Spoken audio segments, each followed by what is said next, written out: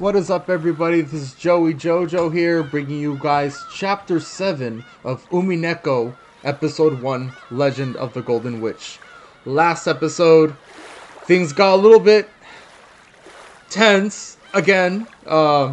Basically, all the siblings were getting on Cross, trying to see if you can sign a deal with them about the inheritance that will help benefit them. However, Cross was a step ahead of them and did research on them and all their flaws or what's going on with them. And so now the siblings are like stuck with what to do.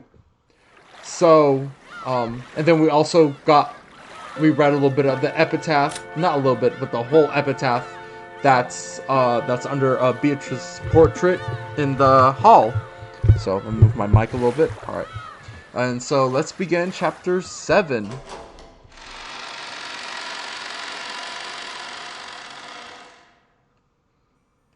第10の晩に旅は終わり、黄金鏡に至るだろうか。しかしマリアは豆だな。ちゃんとメモしてるとは偉いぜ。マリアは忘れっぽいからちゃんと書く。ママに言われたからちゃんと書く。There was a notebook inside the handbag Maria was always carrying around, and Beatrice's epitaph was copied onto it. Thanks to that, we were all able to challenge the puzzle of the epitaph while here on this beach. For Jessica and the others, this was a puzzle that they had already tried to solve several times and had already gotten bored with, but it was a first for me, and I was so excited that I couldn't stop. It really tickled my male sense of romance. まず1行目。懐かしき故郷を貫く鮎の川か。じいさまの故郷ってどこだっけ？戦前の後宮家は小田原のあたりに屋敷を構えてたって聞いたぜ。で、となりゃ小田原に流れてる鮎の泳ぐ川に関心がいくわけだろ？まずはその川が起点になるからな。んで、黄金鏡を目指す者はそいつを下って鍵を探せとあるわけだ。小田原にある川ってなんだ？鮎が泳ぐ川だぜ。小田原で鮎って言ったら早川だろうね。渓流釣りで有名だよ。マリア魚嫌い。マリアももう少し大きくなったらわかるぜ。鮎の塩焼きをベロベロベロってな。うまいぜ。さっき飯食ったばっかりだってのに、もう腹が減ってきちまうぜ。ビスケットでもお持ちしましょうか？悪い悪い。そんなつもりで言ったんじゃないぜ。気にすんな。Shannon-chan, who didn't have any afternoon chores for a while, was faithfully keeping us company. I would have thought that as a servant accompanying us would force her to take care of us and tire her out, but it seemed that it wasn't so in her case. To the contrary, it seemed she was having fun joining in on the conversation with people of a similar age. When I asked, she told me she was a live-in worker. So, normally the only person close in age to her was Jessica. I get it. That must be pretty wearisome. さて、小田原で鮎の川って言えば早川だってことは分かった。となりゃ下るしかねえよな。早川を下ると何があるんだろうな。下流に出て海に出ると思います。そうさ、河口部に出る。そして碑文の3行目には川を下ればやがて里ありとあるな。ちなみにそういう河口部は大抵大昔から輸送の要衝になってて大きな都市があるもんさ。ここが次のチェックポイントだな。なかなかいい筋だね。バトラ君の想像通り、そこは大昔にとても栄えたことだよ。小田原城があるところだね。修学旅行で小田原城に行った気がします。素敵なお城でしたよ。ああ、私も小田原城だったぜ。洋館に住んでてなんだが、やっぱり日本人は和風の方が落ち着くよな。マリアお城退屈。園地がいい。そうかそうか。よしよし。黄金を見つけたら、このバトラ様が気前よく、遊園地を一日借り切って遊ばせてやるぜ。しかし、小田原城とはな。小田原城の隠し黄金。お？こりゃなんだかいかにもって感じだよな。まあ、2年前の私たちもそこまでは行き着いたぜ。小田原で鮎の泳ぐ川を下った里。そこが多分小田原城あたりだろうってところまでは私たちも行き着いたさ。問題は次の行だろ。さて、バトラの鎮推理はどこまで行けるか見ものだぜ。Jessica grinned broadly. It was like she was saying that as if the puzzle could be solved so easily, she would have found it long ago. Damn it. I'll definitely find it and keep it all for myself. 4行目。その里にて、二人が口にし、岸を探れ。二人ってのが何のことかわからねえが、とにかく岸だな。で、岸ってなんだよ。岸って名前がつく地名でもあるのかな。蘇我岸という地名が小田原にあるんだそうですよ。おお、詳しいな。ってことはなんだよ。シャノンちゃんも黄金を狙って謎解きに挑戦してるんだな。となりゃ、俺たちはライバルだぜ。別に黄金なんて興味は。ただ以前にジョージ様から教えてもらっただけで。2年前の私たちも同じ推理に行き着いたってわけさ。わざわざ地図を広げて調べたんだぜ。小田原城の北に5キロくらいだったかな。そこには確かに蘇我岸という地名があるよ。でもそこからがわからないんだ。次の5行目にはその土地のどこに鍵があるかは記してない。マリアちゃん、読んでくれるかい？そこに黄金鏡への鍵が眠る。読めた。蘇我岸ったって広いだろうし、かつてそこに後宮家の家があったわけでもない。その広大な土地のどこかに鍵が隠されててノーヒントってんじゃ。確かにな。鍵が手に入らないことにはその先の行に進めないぜ。ジョージ兄貴、蘇我岸ってのはどんなとこなんだ？さあね、行ったことはないからわからないけど、地図によると山の中みたいだよ。確か浅間山の山麓みたいだったね。なんだかパッとしねえな。宝のありかを隠した謎ってのはもっとぴったりとハマるもんじゃねえのかよ。どうも蘇我岸ってのがそもそも間違いって気がするぜ。私は蘇我岸を疑ってるぜ。私たちが知らないだけで、例えばじいさまの子供時代を過ごした家とかがあるかもしれないだろ。1行目に懐かしき故郷をって行があるくらいだもんな。シャノンはじいさまによく酒とか継がされてたろ。昔話とか聞かされたことないのか？親方様は昔の話はほとんどされません。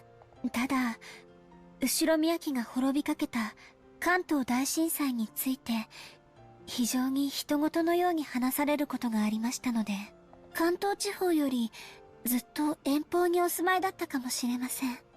後宮本家は小田原に住んでたかもしれないけど、分家はその限りじゃなかったろうね。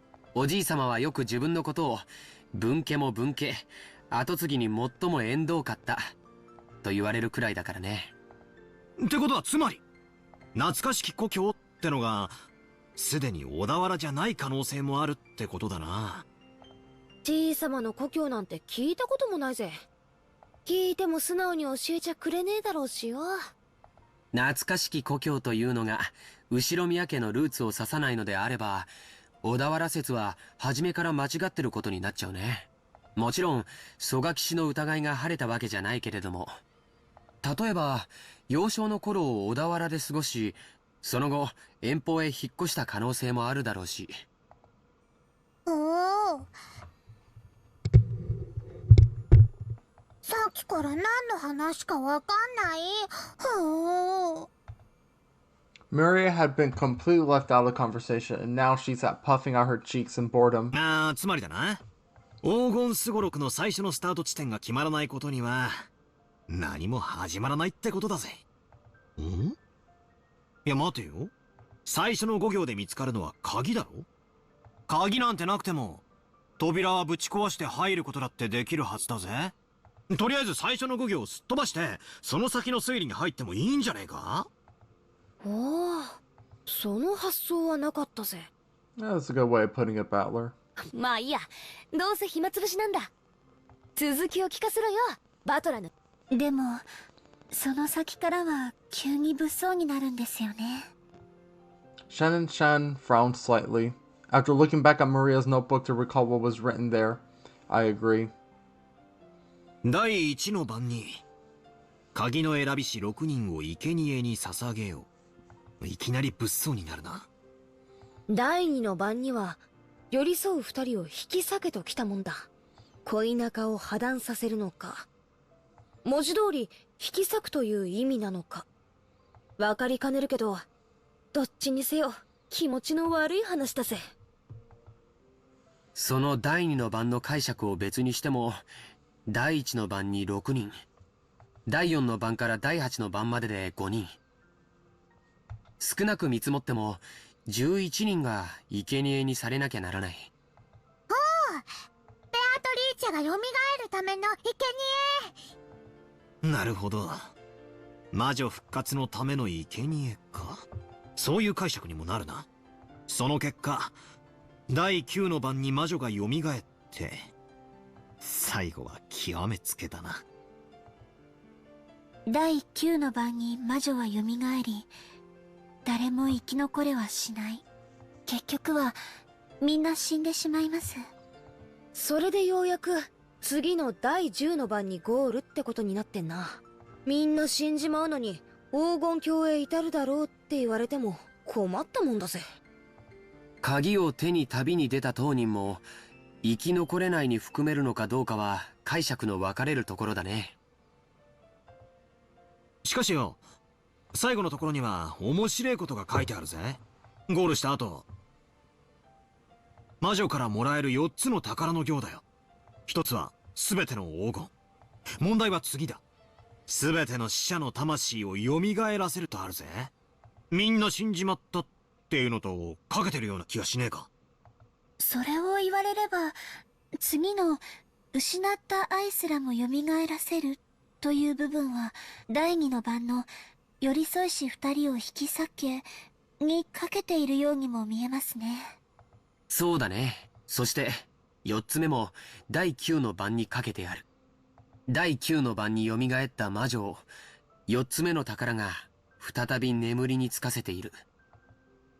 好意的に解釈すりゃ、死んだり別れさせたりと忙しいが、最後には全部チャラになるわけだな。目覚めた魔女も再び眠るし、手元にはたっぷりの黄金だけが残るって寸法だぜ。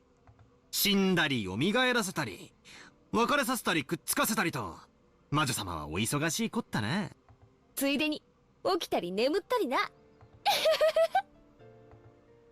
やれやれ。せっかくの隠し黄金の話も魔女の話が絡んじまうと急にうさんくさくなっちまうぜ。違いないな。I laughed along with Jessica. After all, a witch was just ridiculous. Of course, once we started laughing like that, Maria, who believed in witches, got angry. 魔女はすごい。魔法で何でもできる。殺すことも生き返らせることも愛を与えることも奪うことも、空も飛べるし姿を透明にできるし、黄金もパンも生み出せる。ふう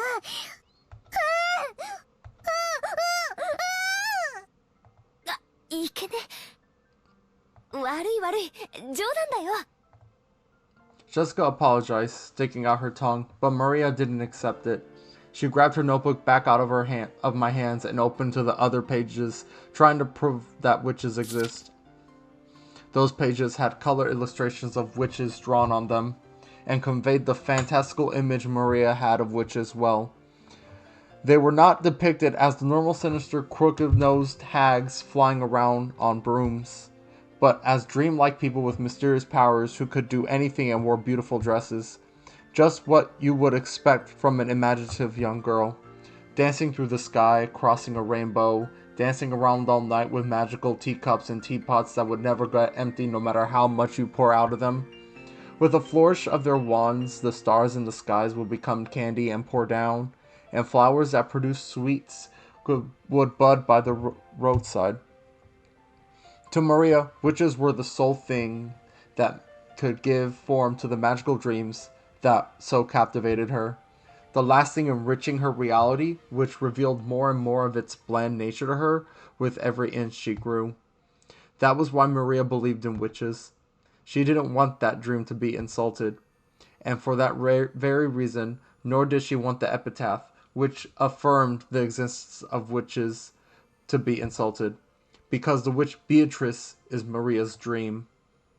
マリアちゃんにとっては、これは黄金の隠し場所を示すものじゃなくて、魔女を蘇らせるための魔法なんだって。So, it was the single bridge between Maria and the witch. Maria was very angry and clung onto George Anarchy. Jessica and I scratched our heads and apologized. It might not be possible to smooth things over like the time she got mad in front of the portrait. Maria didn't want to be easily consoled. As Jessica and I hung our heads, wondering what we could do, Shannon timidly opened her mouth in our place. I'm going to change the music again. I know I changed it last time. I keep changing it. So, I tested out in the last video. It didn't really interfere with it, with the voices and stuff. As Jessica and I hung our heads wondering what we could do, Shannon timidly opened her mouth in our place. マリア様、ご存知ですか？私たち使用人の間では、ベアトリーチェ様の怪談が語り継がれているんですよ。そうだったっけ？シャドン、聞かせてやれよ。私は知らないんだけど、使用人の間じゃかなり有名な話らしいぜ。何の話だ？怪談？うん。僕たちが生まれる前からある話らしいね。母さんにも話を聞かされたことがあるよ。はい。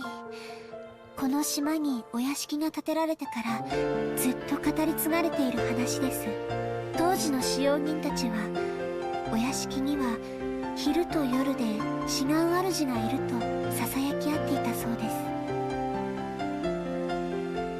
The tale that Shannon told was just like a typical campfire ghost story.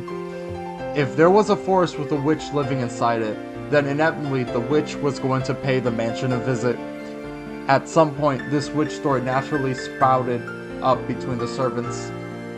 ちゃんと閉めたはずの窓や扉や鍵がもう一度見回りに来たら開いていたとか、消したはずの明かりがついていたり、つけたはずの明かりが消えていたり、置いたはずのものがなくなっていたり、置いた覚えのないものが置かれていたり、そういうことがあるたびに古い使用人たちは魔女が姿を消してお屋敷を訪れ、いたずらをしていったのだろうと囁き合ったそうです。ほらいる、ベアトリーチェはいる。ああ、いるよな。私も昔よく登校の時に限ってカバンが見つからなかったりしたもんだぜ。Maria puffed out her chest with an ooh-ooh, as though this was the final proof that the witch existed. If I said it out loud, Maria would probably be hurt again, so I didn't, but... I mean, you hear that kind of story everywhere. Depending on the place, it might be blamed on fairies or something. It's just that on this island, they call it the witch. Of course, you would expect that walking around a vast, elegant mansion at night would be a little unsettling. And it's an island devoid of people. Since the mansion is so drafty, walking around on the night of a thunderstorm would certainly be eerie. 他にも鬼火や輝く蝶々が舞っているのを見たという使用人も、カノン君もそれらしいものを以前夜の見回りの時に見たことがあると言ってました。あと最近ではお屋敷の中で深夜に不思議な足音をよく聞くと使用人の間で話題です。私たちは肖像画の中のベアトリーチェ様が姿を消してお屋敷の中を散歩しているんだろうと囁き合ってるんですよ。ずいぶん前ですが、私もそうかもしれない足音を夜の見回りの時に聞いたことがあります。ひゅー、そりゃ怖えな。でも怯えることはないんですよ。ベアトリーチェ様は親方様とは異なるもう一人のお屋敷の主です。だから変に怯えたりしないで敬意を持っていれば決して悪いことはしないのだそうです。ただし敬意を持たないと恐ろしいんだったね。はい、私が勤めを始める直前に階段を転がり落ちて腰に大怪我をして辞めた方はベアトリーチェ様のことを悪く言っていたそうです。だから使用人たちはベアトリーチェ様のお怒りに触れたのだろうと噂し合ったそうです。バトラとチェシカきっとお怒りに触れる。わあ、悪かったぜ。お怒りに触れちゃたまるねえ。謝るよマリア。もちろん魔女様にも謝るぜ。ベアトリーチェ様、ごめんなさい。よそ者のザレ言と思って勘弁してやってください。私も謝るぜ。ベアトリーチェ様、ごめん。これで魔女様、私たちを許してくれるかな？わかんない。魔女は気まぐれだから、許してくれるときは許してくれるし、許さないときは許さない。それは困ったね。マリアちゃん、バトラ君とジェシカちゃんがベアトリーチェ様のお怒りに触れないようにするいいおまじないとかないかな。何か魔除けとかさ。By relying on Maria, who was proud of knowing the most about witches, George was trying to revive her self-esteem. I was once again forced to admire his ability to comfort children. After crossing her arms and pondering seriously as to whether there was some charm capable of protecting Jessica and myself from the witch's wrath, Maria began flipping through the pages of her handbook.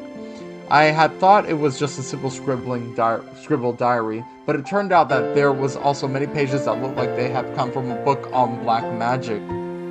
She was intently comparing several such pages, onto which had been copied what looked like magic circles. It looked like the black magic hobby wasn't limited to grandfather alone.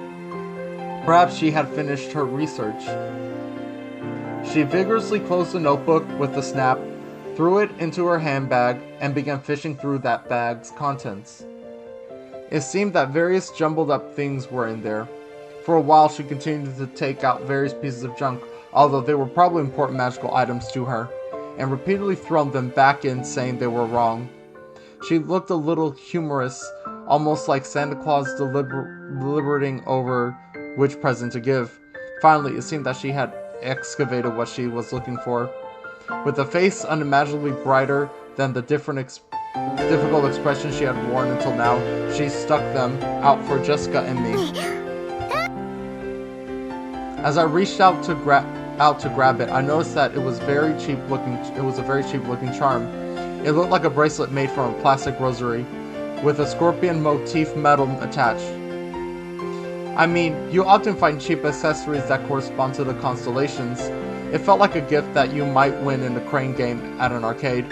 It really looked like something like that.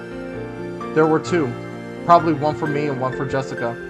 However, considering the odd fact that there were two of them, they looked like cheap manufactured goods, and it was quite hard to think of them as magical items. これを私とバトラに？このお守りならベアトリーチェも大丈夫。サソリは魔除けの力があるから。そうなのか？サソリにそんな力がねえ。ふう、パトラが信じない。I had inflamed Maria again because I said too much. Maria took out her notebook again and turned and pointed to page after page, going on and on about how the scorpion has had holy power and had been drawn on magic repelling magic circles since ancient times. あ、他の使用人の子から聞いたことがあります。サソリって魔術では魔除けのシンボルとして描かれることもあるんだとか。へえ、そうなのか。ああ、サソリは悪い魔法や災厄から守ってくれる。そしてエメラルドは心に平和をもたらしてくれる。だから二重で効果がある。ほんとだ。サソリがエメラルドを抱いて守ってるね。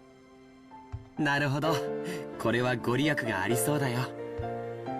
I really wanted to make fun of this worthless looking charm, but as I watched Maria explain the charm with all of her heart and realizing that she had prepared them out of consideration for us, it felt as though, even if it were just a prize from a game center, it would still be beneficial.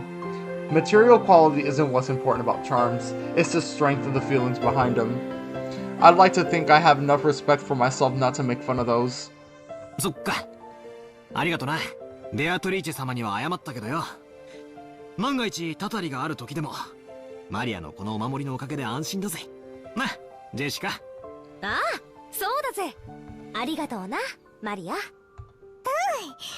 心に平安が欲しいときは腕につける。お財布に入れるとお金が減らなくなる。ドアノブにかけておくと悪いものが入ってこられなくなる。便利なお守り。それはすごい効能ですね。マリア様が自信を持って進めるお守りならきっと頼もしいものと思います。As Shannon Chen tapped her hands together lightly, Maria stuck out her chest. She was completely cheered up again. If it would keep her in this good of a mood, it would probably be worth it to let Maria lead the discussion for a while longer.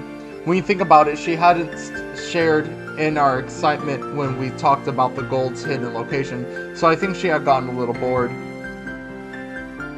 While eating the cookies Kumasawa-san had baked, Jessica and I asked Maria this and that about black magic.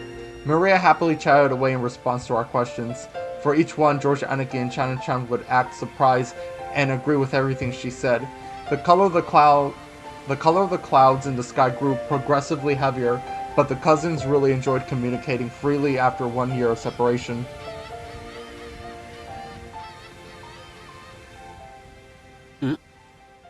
今、額にポタって来なかったかい？どうだろうな。As George Aniki rubbed his forehead, he looked up at the sky. Considering the color of the sky and the dampness of the air, raindrops could easily have started falling down at any moment. It also seemed like the wind had gotten a little stronger. マリアポタッと来ない。マリアだけ来ない。安心しろ。俺にも来ねえぜ。それに今夜になれば誰にも等しく大雨が降るだろうよ。そうだね。そろそろ引き上げた方がいいかな。Shannon-chan looked down at her watch. It may already be well into the evening.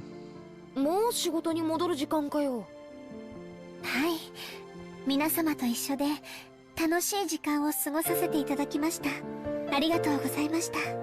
熊沢さんにクッキーをごちそうさまって伝えてね。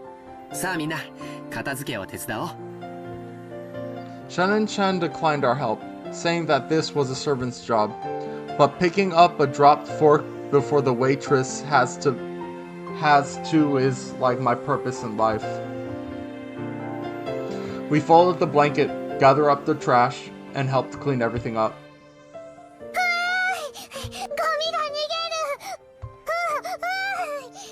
そいつは逃がさないぜ。マリアより先にいただきだ。マリアが拾う。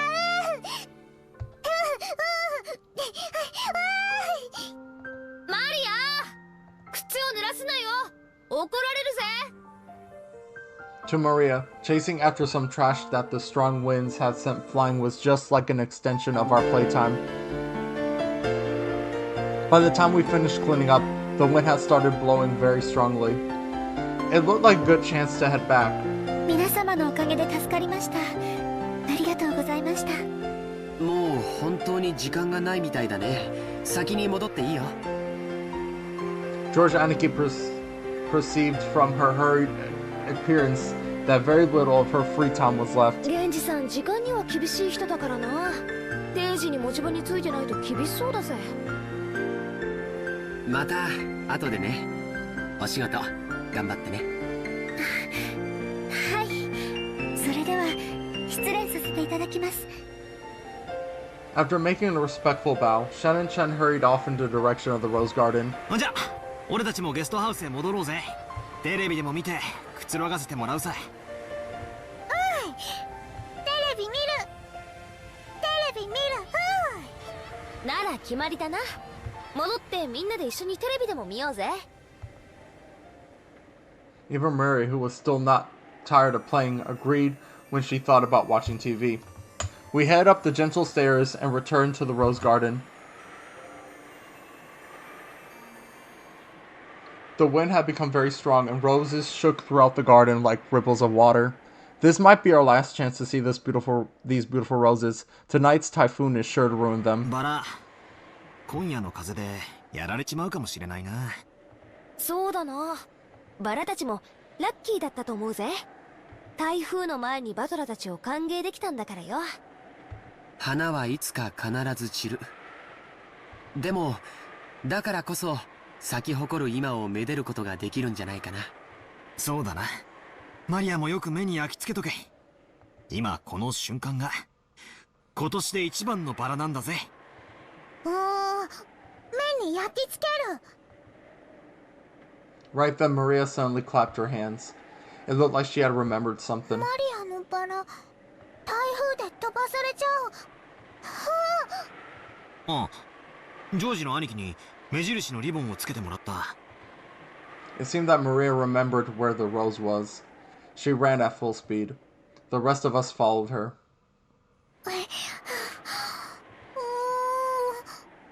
あれはどこだったっけな。確かこの辺だったと思ったぜ。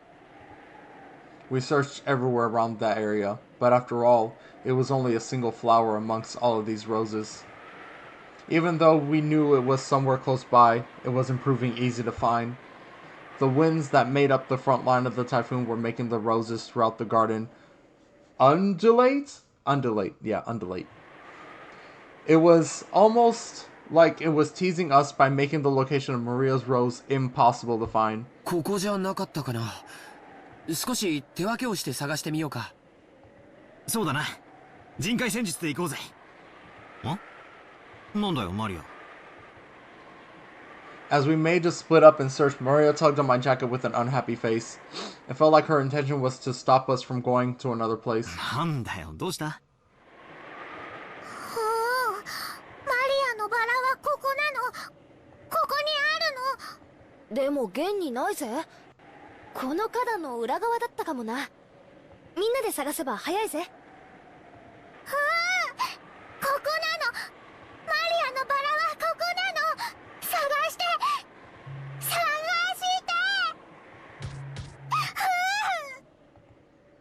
Maria stomped her feet in irritation. She was pointing at the spot saying it was definitely there, yet it actually wasn't. And yet, if we went to go search elsewhere, she got mad. We were at a loss for what to do. For a while, we would have to stay with Maria and pretend to search through this rose thicket.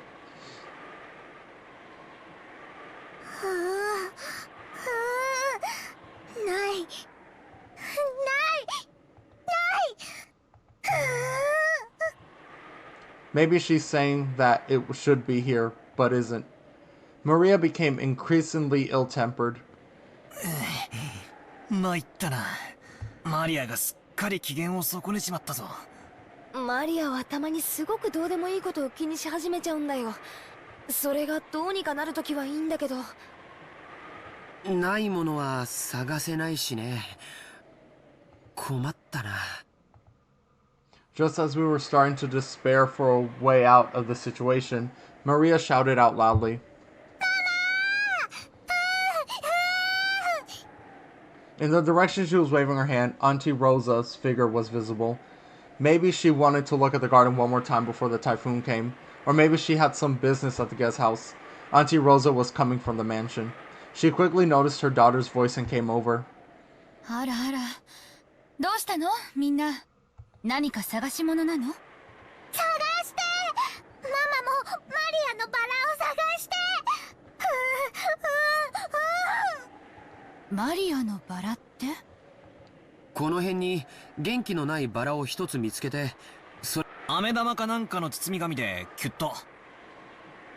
しかしマリア、確か俺の記憶が正しけりゃすぐ手前の目立つところに生えてたはずだぜ。足が生えてどこかに行っちまったんじゃなきゃ他の場所だったと思うぜ。マリアの記憶違いじゃないのか？こ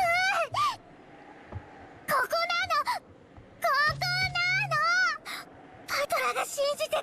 ない。そのうー言うのをやめなさいって何度言ったらわかるの？ママも探してあげるから静かにしなさい。I was a little surprised to see Auntie Rosa, who I had only ever seen as gentle, get angry. Auntie Rosa began searching as well, so we went along with her for the time being. But we were already more than sure that it wasn't around here. And so Auntie Rosa also realized, very quickly, that it wasn't here.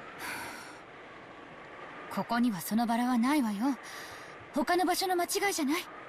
これだけたくさんのバラがあるんだから。違うの。ここにあるの。ママも信じてくれない。ちゃんと信じて探してるでしょ。でもないじゃない。でもここなの。ここにあるのにない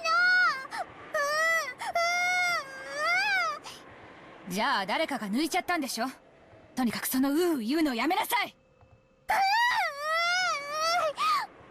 リアのバラ抜いたの誰？返して返して。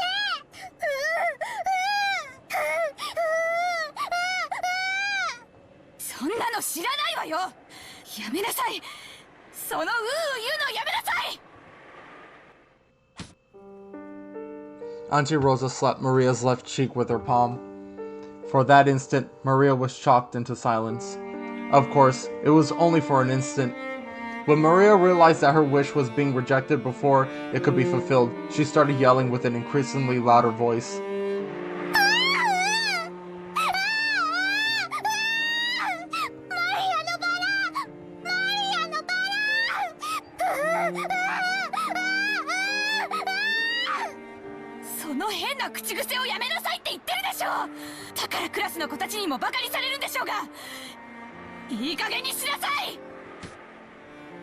Once again, her palm slapped Maria's cheek. This time, she didn't go silent. She choked as she started crying and began to bawl in an increasingly louder voice. Auntie Rosa was clearly irritated and lifted her hand once more to try and shut her daughter up. ローザおばさん、まあまあその小さい子供のことですし、そんなマジになんなくても。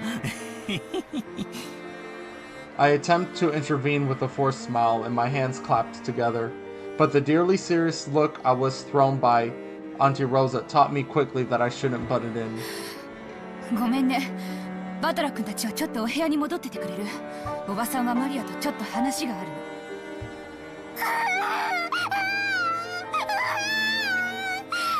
誰もマリアのバラを信じてくれない。ここにあったのに。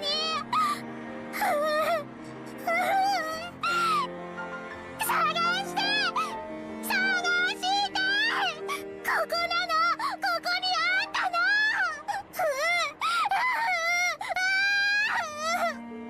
の。でもないじゃない。なら他の場所の勘違いでしょ。こ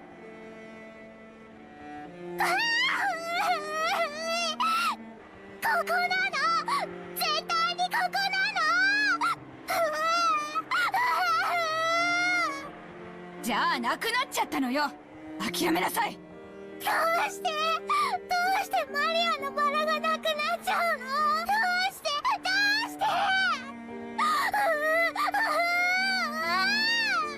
知らないわよ、そんなの。だからその言うのをやめなさい。 Auntie Rosa once again raised her hand and, overwhelmed by emotion, slapped Maria's cheek. It was so strong it knocked Maria over. Damn. ローザおばさん、いくら娘でも暴力はいけねっすよ。 You really shouldn't. Like, what the hell? I stepped between them to protect Maria, who was still on the ground crying, ooh, ooh. I know that problems between parent and child are none of my business, as an outsider, but I wasn't brought up to just silently observe something like this. バトラ君は変に思わないの？あなたの学校にうなってる女の子なんている？いや、まあさすがに高校には。 Exactly, that's what I'm saying. でも小学生ならそういう言うのも可愛いじゃないっすか。可愛い？言うのが可愛い？可愛いって？ It seemed that my reckless words had brought Auntie Rosa's wrath down upon me. She grabbed my collar with a terrifying expression. バカ言ってんじゃないわよ。マリアがいくつか知ってる？9歳よ。小学4年生なのよ。幼稚園児じゃないのよ。それなのにまだクラスで言ってるのよ。わかる？この子クラスでなんて言っていじめられてるか知ってるの？この変な口癖のせいで未だに友達の一人もいないのよ。無責任にマリアのこと可愛いとか言って現実から目をそらさないで。この子の将来のことをもっともっと真剣に考えて。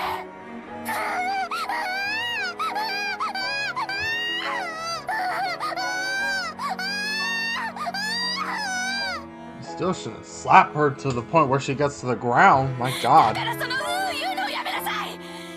やめろって言ってんでしょ。 Damn. Auntie Rosa struck Maria's quivering head, from which an increasingly unsatisfied voice was rising. I tried to stop her, but she thrust me away. My back collided with George Aniki. 昔はローザおばさんもマリアちゃんの幼児言葉の一つだくらいにしか思わなかったんだけど、小学校の中学年になっても治らないのを最近はだいぶ気にしてて。別にどういう言葉遣いをしようと関係ねえだろ。そのまま社会人にはなれないよ。だから見ていて気持ちのいい光景ではないけれど、これはおばさんたち親子の問題なんだよ。まあ私もこの言葉遣いのせいでよくお袋に怒られるけどよ。 If you look at it that way, maybe an outsider shouldn't interfere with this, even though it's painful to watch. バトラ君だって小さい頃悪い癖が治らなくて怒られたことがあったんじゃないかい？ Yeah, I get it, like, if it's between mother and child, but, like, they're still related, they're still family. I still feel like, intervening between that is, it's still viable. まあ一つや二つは。 Then plus not only that, with her, like, oohing and stuff like that at that age, she could still grow out of it, like, she's still a kid, she's like 9 years old.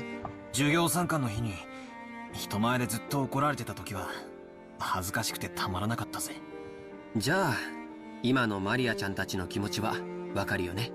僕たちにここにいてほしいとは思わないんじゃないかな。ジェシカちゃんにもわかるよね。怒られてるところを誰かに見られてえとは思わないぜ。行こう。ゲストハウスへ戻ろう。そしてマリアちゃんが戻ってきたら何事もなかったかのように迎えてあげようよ。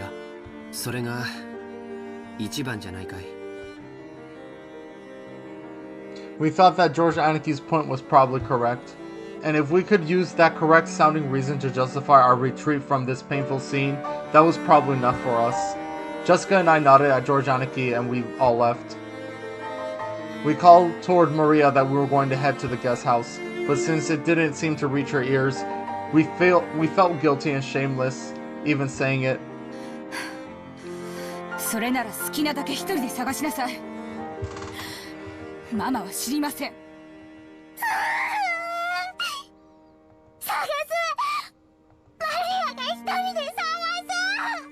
ママが知らなくても探す。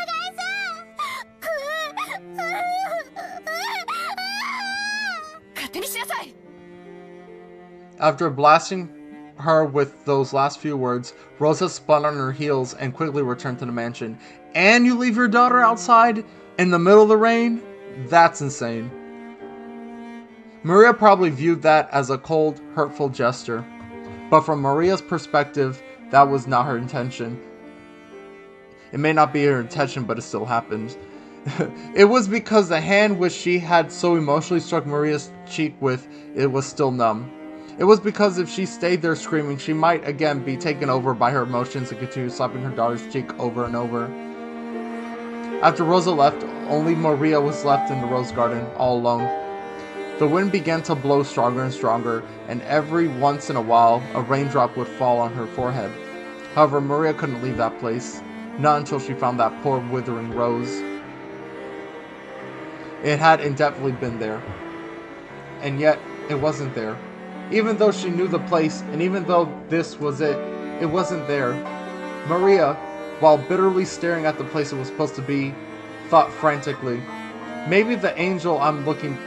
Not the angel. Maybe the angle I'm looking from is wrong. Maybe the height I'm looking from is wrong. While gazing at a single point, Maria repeatedly changed her position and continued to stare.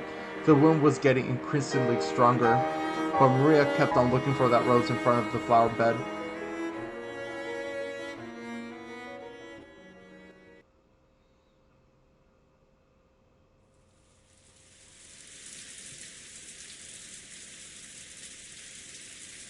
Kinzo noticed the sound of the raindrops beating on the window. It had finally started to rain. It had begun later than the weather report had predicted. Kinzo, as if being summoned by the sound of the rain, approached the window. The sound of the rain is a sound of silence.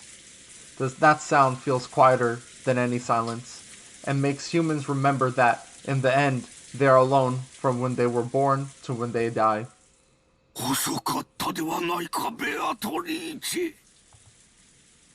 Were those words directed at the rainy sky?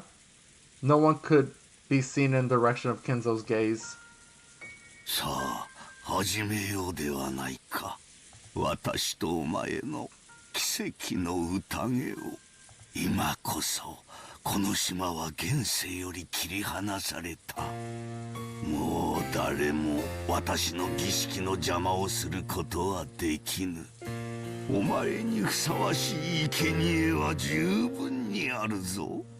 息子たちが4人、その伴侶が3人、孫たちが4人、私に客に使用人たち、どれでも好きなだけ食らうがいい。運命の鍵は悪魔のルーレットに従い生贄を選ぶであろう。そのルーレットが私を選ぶならば、私すらもお前の生贄となろう。だからこそなのだ。それだけの狂気をかけるからこそ、私は必ずや偉大な奇跡を起こすだろう。さあ、好きなだけ食らうがいい。私はそのルーレットに打ち勝つだろう。さあ、すべてを落とすぞ。まずは後宮家の家督を返そう。受け取るがいい。As Kinzo violently opened the window, he ripped the golden ring from his finger and forcefully threw it away. At that moment, thunder resounded, giving the illusion that the lightning had accepted the ring. そしてお前が蘇った時、そこにいるのは私であるだろう。私が最後まで生き残り、お前の目覚めを見守るだろう。さあ来たれ、ベアトリーチェ。ようこそ我が宴。私が生み出した全てと引き換えに、私にもう一度だけ奇跡を見せておくれ。おー、ベアトリーチェ。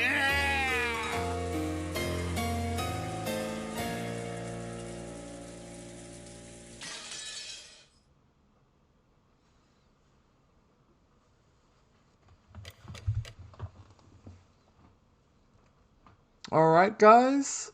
That is the end of Chapter 7 of Umineko, the Legend of the Golden Witch. This one, they talked about the epitaph and they tried to solve it in the beach. Then after the beach, they were looking for Maria's rose. And her mother came and basically abused her and left her out in the rain. Very sad to read and watch, you know. Fun fact, actually, there's theories around the internet about where that rose went, and a lot of people are saying that the rose that Maria lost and was looking for was used in their lunch earlier in the game, where they had the pina colada with the rose and the sweet and sour sauce. They believe that that rose that she lost was used for that dish particularly. So I hope you all enjoyed.